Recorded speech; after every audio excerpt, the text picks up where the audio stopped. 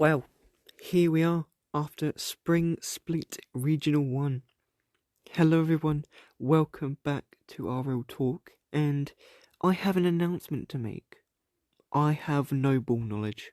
Zero ball knowledge. I do not have a clue what I am talking about. Apparently, I have no clue what I'm talking about because almost every single thing I said in the preview for this Regional 1 for MENA, North America, OCE and APAC South was wrong. Absolutely everything I said.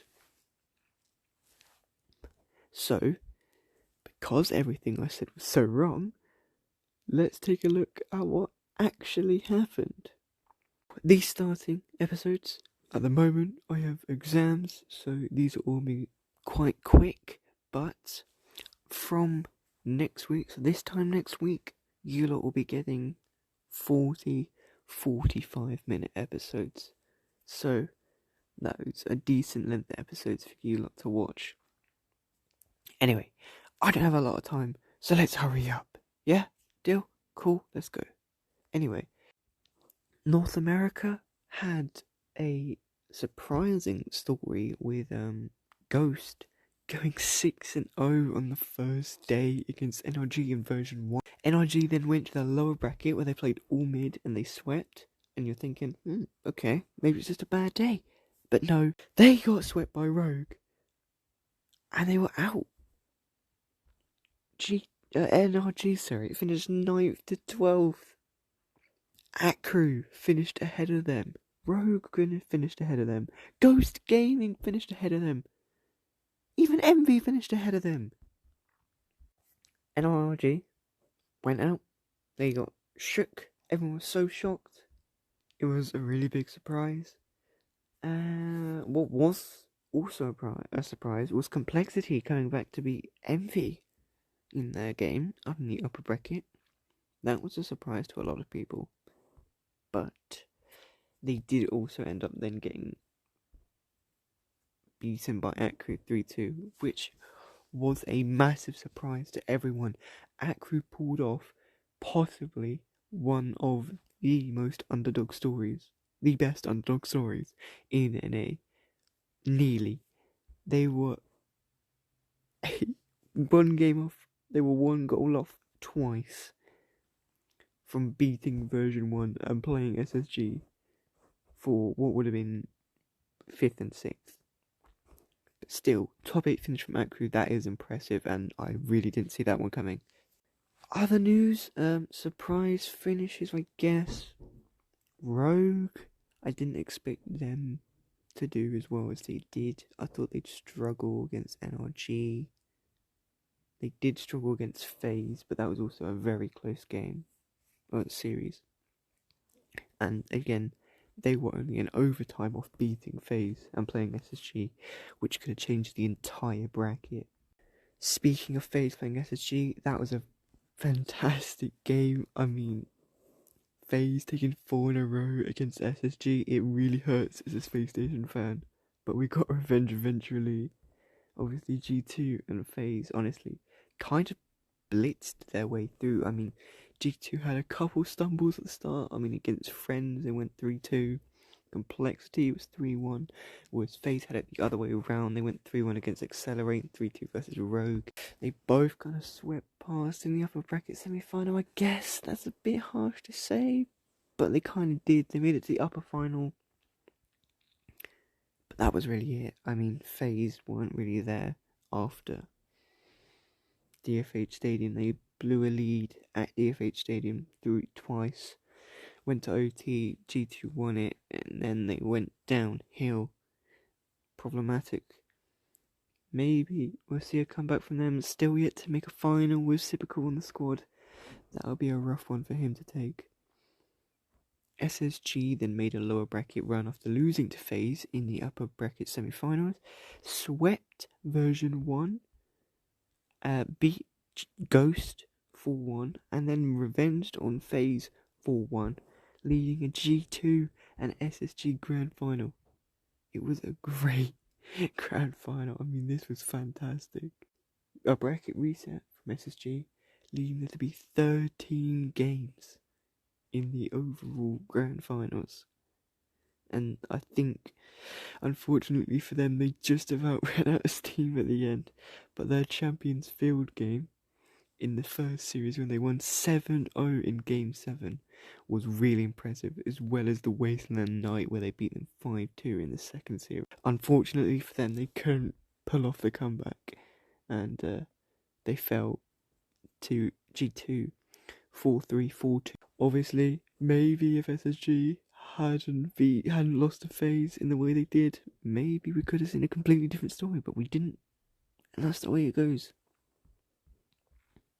So, moving on to OCE, where I also have zero ball knowledge, but slightly better based off my prediction points, which is a format that I run, which you guys don't get to see until next week, because I don't have time. Just forgive me, please, I swear. Anyway, Power picked up Yuzabad literally like 6 hours before it was the tournament started. I think I mentioned that.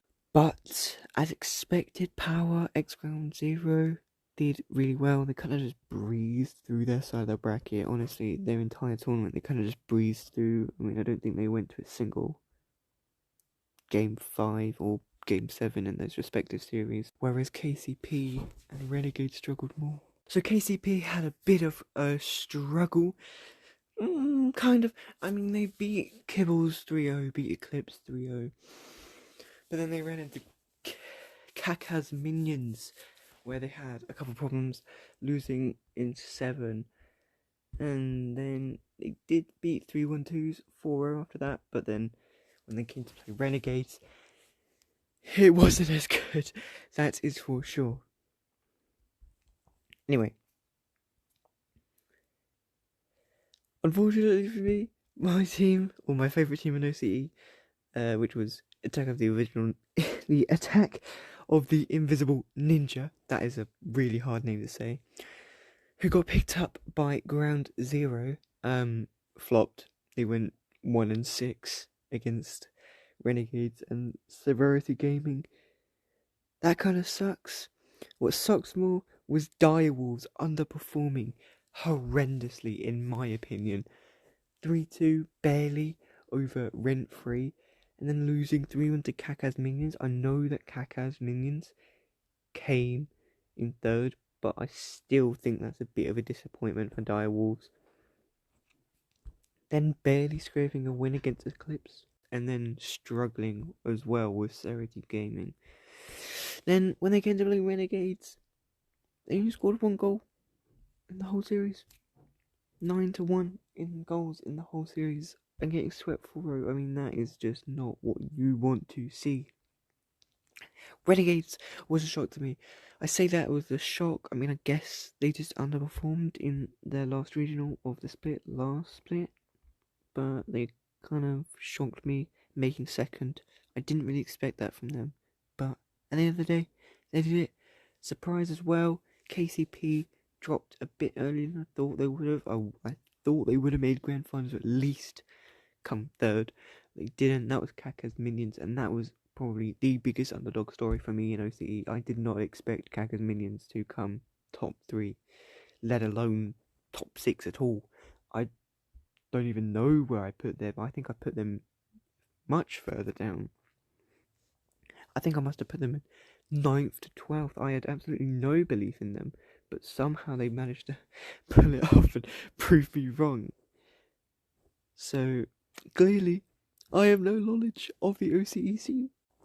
So, in MENA now, and honestly, I am disappointed in O1 Esports.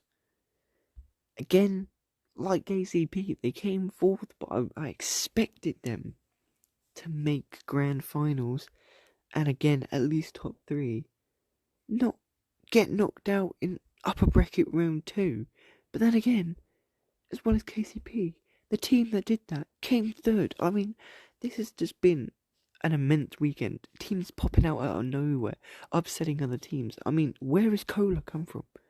I haven't seen Cola all season. I had no idea who anyone on Cola was. And then they just came along and they're like, Wagwan, what are you doing? Yeah, us? Yeah, O1 Esports. Who are they? No, it's us now. Underdog story. I mean, this was so impressive. 3-0 sweep. That's the only sweep you can get on a best of 5. Sweeping Kings 3-0. Beating O1 3-1. Sweeping Veloce 4-0. Unfortunately falling to Falcons 4-1, but I expect that from literally anyone that Falcons plays. I mean, Falcons is on a completely different level. And then unfortunately falling to Veloce at the end as well in the lower bracket final. That was a shock to me. I did not expect that coming out of Falcons, coming out on top. I didn't expect any more, didn't expect any less. Cola, big shock. Veloce, big shock. O1, underperforming, big shock. Kings did better than I expected. I mean, obviously they got a forfeit win in the lower bracket round 1, but that doesn't push anything away from them. They were like the crew of NA, and I forget who they would have been like in OCE. I have absolutely no idea. But a 3-2 win over Onyx Ravens, beating Miracle Makers, and then unfortunately falling to Veloce. Again, close games. Could have really gone any team. Anchor, I expected a little bit better from them, but you know, they had some tough opponents. Maybe taking a game off O1, would have expected that in the lower quarterfinals, but you know, at the end of the day, it's O1. They are still one of the top teams in MENA. So yeah, I mean, really impressive, dominant display from Falcons, like I expected.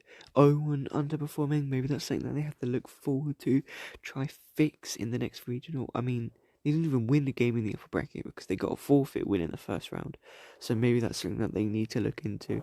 But I have no doubt that they will get those issues fixed for the next regional. Big shout out to Cola and Veloce. Didn't expect such a big performance from them. And yeah, over to APAC South. So, APAC South it is, and honestly, this one really shocked me. 1,620 Kings, or 1620 Kings, they dropped to Asia Manji. I did not see that coming at all. Which I didn't see coming at all. In a 3-2 as well, down to game 5. Honestly, they could have taken a sweep. It could have been a sweep if they won the overtime at the start and didn't lose to a kickoff goal. But it wasn't. You know, what if that? What if this? But it wasn't, you know, at the end of the day. It really wasn't. Meta Power as well, they came through big time. Asphyx's minions, they also came through big time. Godspeed, they did impressive as well. I did not expect that lower bracket run from a team like that to make lower bracket finals from lower bracket round 2. Especially after being such a close loss to Asphyx's minions. Again, could have taken that as well, but Gaming Gladiators, of course, they took a big run. I didn't expect anything else from them through the upper bracket. Meta Power, big credit to them, taking them to game 7 in the upper bracket final, and then beating them in 11 in the grand finals. I mean, 4-3 in the first series. Gaming Gladiators really brought it back when it was like 3-1 to Meta Power. But then after Champions Field, when Meta Power took the timeout, regrouped for Champions Field, and then it was just 4 in a row, 4 Meta Power, a 4-0 in the second series, and getting revenge for their loss earlier in the upper bracket. So, 1620 Kings, they've got a lot of work to do, I feel, but also, you know, they did come 5th and 6th, and it was an unlucky loss, so maybe they're alright. Obviously, this is the top 5, top 6 in APAC is looking really, really spicy, and I'm really looking forward to how this region develops over the splits, see which teams are going to be battling it out for this spot in the major. Obviously, top 2 from each region of APAC South and APAC North go to a playoff where they play each other, and then the winner from that goes to the major. Maybe, obviously, a bit late for these teams to start racking up the points and try to catch up back to 1620 Kings for Meta Power and Godspeed, but they might be able to do it. It would just be hard to see as it's already the last split and there aren't many spaces for APAC. Anyway, that's it from me. Thank you so much to Liz for listening to this episode. As I say, should be by this 45-minute to 40-minute episodes coming out. I'm really looking forward to it. Till next time, guys, I will see you later.